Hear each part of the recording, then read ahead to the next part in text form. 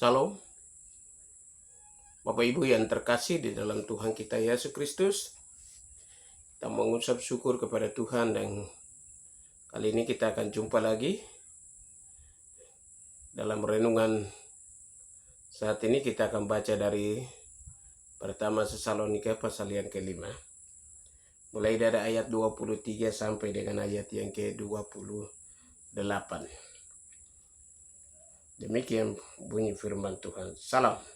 Semoga damai sejahtera menguduskan kamu seluruh dan semoga roh, jiwa, dan tubuhmu terpelihara sempurna dengan tak bercacat dan pada kedatangan Yesus Kristus Tuhan kita. Ia yang memanggil kamu adalah setia dan ia juga akan mengenapinya. Saudara-saudara, doakanlah kami. Sampaikanlah salam kami kepada semua saudara-saudara dengan cium yang kudus. Demi nama Tuhan aku minta dengan sangat kepadamu supaya surat ini dibacakan kepada semua saudara. Kasih karunia Tuhan Yesus Kristus, Tuhan kita menyertai kamu. Bapak Ibu terkasih di dalam Tuhan kita Yesus Kristus, bahwa kita melihat kebenaran firman Tuhan ini dengan kita memberi tema adalah 3 rahasia pertumbuhan gereja. Surat ini Rasul Paulus menyurati kepada sidang jemaat Tesalonika supaya mereka hidup di dalam Tuhan dan saling mengingatkan satu sama yang lain kepada mereka yang percaya dan tekun di dalam Tuhan. Jadi Rasul Paulus menulis surat ini pertama bagi jemaat Tesalonika dengan mengimbau mereka untuk terlibat di dalam 3 hal yang memajukan dan membuat pertumbuhan gereja secara lokal dan pertumbuhan secara umum. Di sini ada 3 bagian kebenaran firman Tuhan. Yang pertama adalah kuasa doa. Rasul Paulus mendoakan sidang jemaat Tesalonika supaya mereka tetap ada di dalam Tuhan, supaya mereka tidak dipengaruhi oleh pengaruh-pengaruh dari luar masuk, supaya mereka tetap setia, mereka yang percaya tetap bertekun, tetap ada di dalam firman dan tidak gampang dipengaruhi oleh pengaruh-pengaruh dunia. Maka doa Paulus sangat penting bagi sidang jemaat Tesalonika. Bagaimana dengan kehidupan sebagai hamba?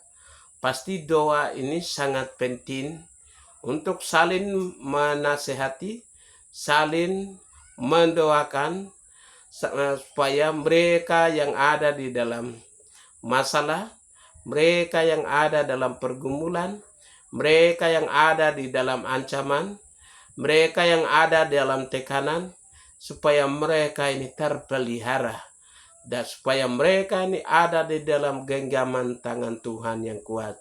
Maka doa untuk mendoakan bagi umat itu sangat penting.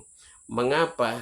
Karena Rasul Paulus mengingat kepada kita bahwa kita terus-menerus mendoakan. Terus-menerus mendoakan satu sama lain. Saling menguatkan, saling mendoakan, saling memberkati, dan saling terus-menerus didorong supaya mereka juga ada di dalam panggilan dan tidak harus keluar dari persekutuan, doa, ataupun di dalam kehidupan keluarga. Jadi Rasul Paulus menganjurkan bahwa jemaat-jemaat yang dibangun harus berdoa kepada jemaat Tesalonika, kemudian kepada jemaat Roma di dalam Roma pasal 15 ayat 30, dan juga kepada jemaat Efesus pasal yang ke-6 ayat 18, dan juga kepada jemaat di Kolose pasal 4 ayat yang ke-3. Jadi Rasul Paulus dia senantiasa mendoakan. Sebagai gembala, kita saling mendoakan umat kita. Karena umat kita belum tahu, karena belum ada kunjungan atau pastoral counseling, ataupun kita belum tahu apa yang mereka hadapi, yang mudah dijangkau adalah doa.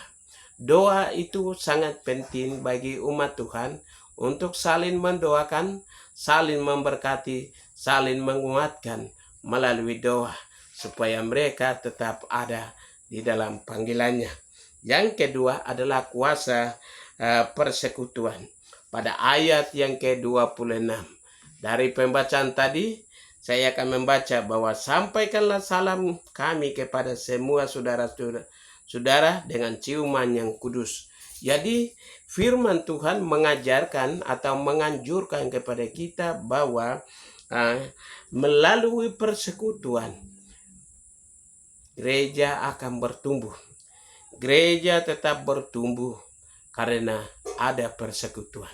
Di mana ada persekutuan, di situ saling menguatkan, saling mengingatkan, saling mendoakan, dan saling mengenal satu sama lain. Karena persekutuan sangat penting. Dan setiap umat Kristen, di mana saja kita berada, kita diingatkan oleh kebenaran firman Tuhan, supaya saling mendoakan. Kadangkala di dalam kehidupan kita, orang menghina kami, membenci kami dengan berbagai olokan apapun. Doakan mereka supaya mereka sadar dan mereka berbalik kepada Tuhan. Dan mereka juga datang bersekutu dengan Tuhan. Jadi persekutuan sangat penting. Karena disitulah saling mengingatkan, saling menasehati, saling menegur, dan saling memperingatkan kepada satu sama lain. Karena melalui doa itulah kebutuhan apapun, sakit penyakit apapun, pasti disitulah kita saling mengenal satu sama lain. Ketika tidak bergabung dalam persekutuan, siapa yang tahu kebutuhannya, pergumulannya, sakit penyakitnya, dan apapun. Untuk itu Tuhan mengingatkan kepada kami melalui Rasul Paulus dalam suratnya pertama Tesalonika pasal 5 ini. Mulai dari 23 sampai dengan 28 tadi. Bahwa kita saling. Yang pertama tadi kita sudah dengar bahwa saling mendoakan. Yang kedua kita saling bersekutu. Bersekutu dengan Tuhan. Berlutut di hadapan Tuhan. Minta apapun pergumulan kita. Minta apapun kebutuhan kita. Minta apapun kekurangan kita. Melalui persekutuan itulah kita naikkan kepada Tuhan.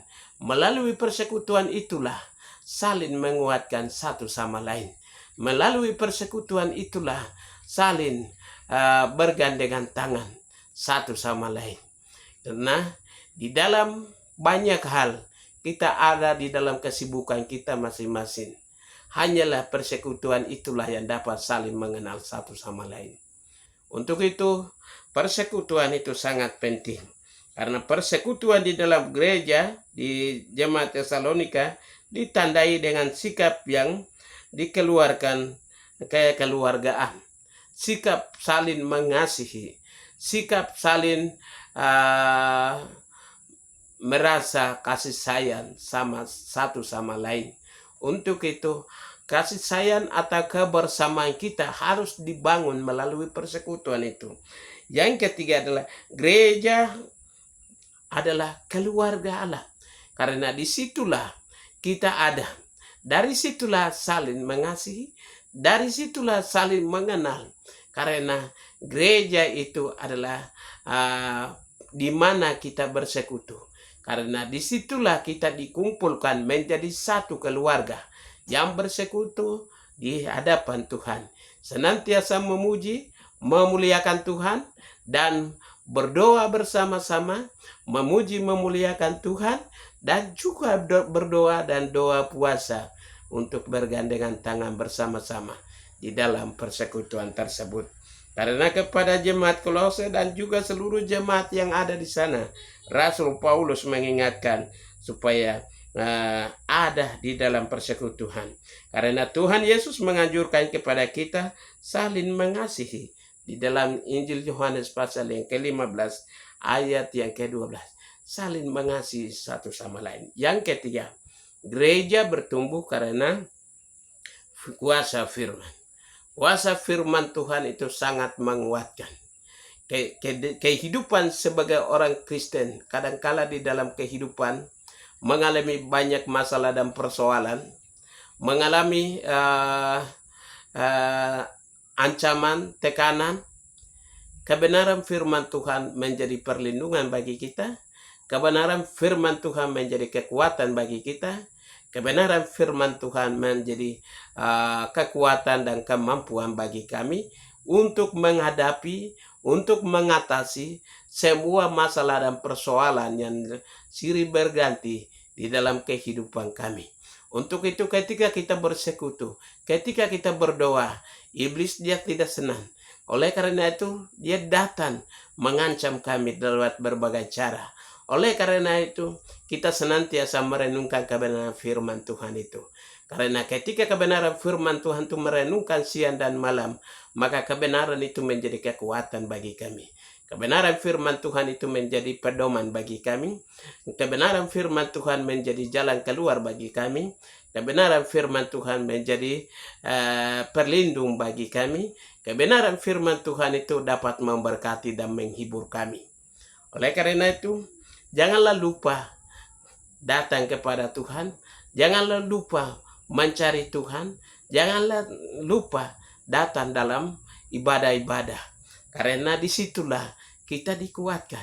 Disitulah kita ditegur. Disitulah kita dinasehati. Disitulah kita diberkati. Untuk itu jemaat Tesalonika dianjurkan untuk mereka terus ada di dalam firman-Nya, supaya firman itu menjadi pedoman di dalam kehidupan orang Kristen. Karena gereja lahir karena firman Allah, bukan karena kebetulan. Karena saya dan saudara dilahirkan melalui kebenarannya. Kalau kebenaran itu ada di dalam diri kami dan kita ada di dalam Dia, mintalah apa saja yang kita kehendaki.